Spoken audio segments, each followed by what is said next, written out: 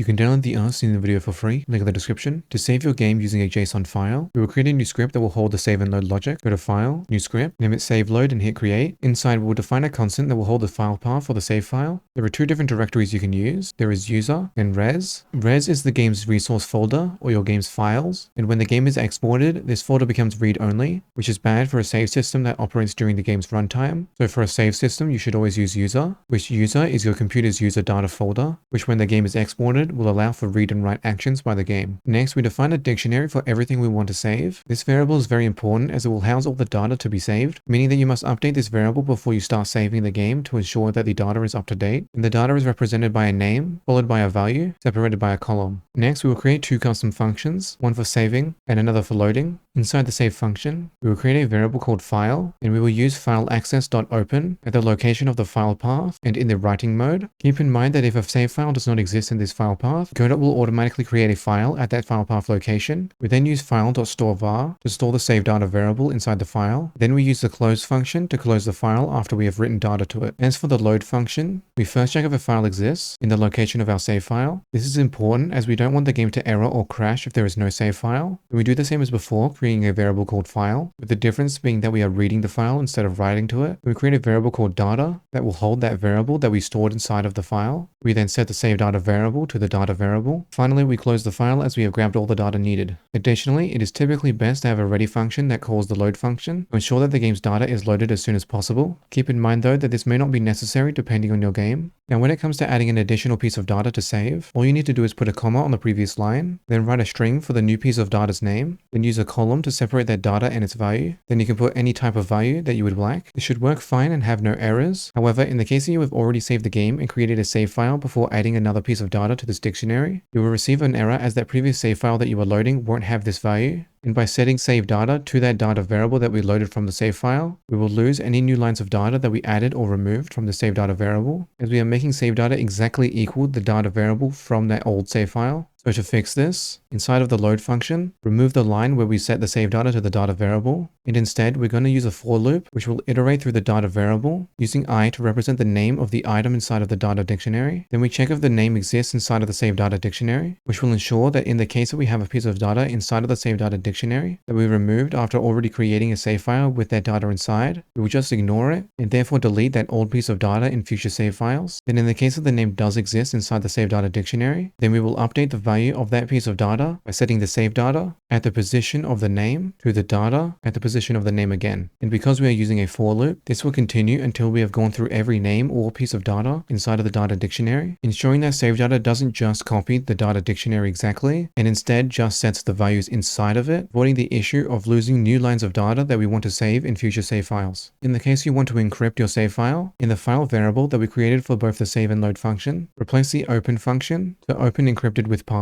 and add a string at the end of the function brackets. This string will be required if someone wants to decrypt the save file. Keep in mind though that this encryption isn't the best and can still be brute forced by people, and make sure that the encryption key is the exact same in both the save and load file variables. Now to add this save and load system into your game, we first need to be able to call these functions and access the save data variable from any script within our game. To do so, go to Project Settings, then under the Globals tab, select the folder icon, then select the save and load script we created, press Open, then press Add. Keep this name in mind as this is what we will use to access the save load script from other scripts in our game. Now, in any other script in our game, simply set any value within the save data variable as you would like, then run the save function using that global name to access the script. You can also do the same for loading, but just the opposite way around. Instead running the load function first, then setting the value to the save data's new value that was loaded. And because in this example, I'm running the load function in the save load script's ready function, I can also assign the appropriate value in the ready function of my game scene. Additionally, because the save load script is now a global script, the save data variable inside will not reset whenever we load a new level or change the scene, or if we restart the level. That is because global scripts will always run in the background of the game, avoiding change scene and reload current scene functions. Now you have a simple JSON save and load system with support for encryption and adding or removing data from existing save files that you can add to any of your Godot games. And don't forget that you can check the project files in the description.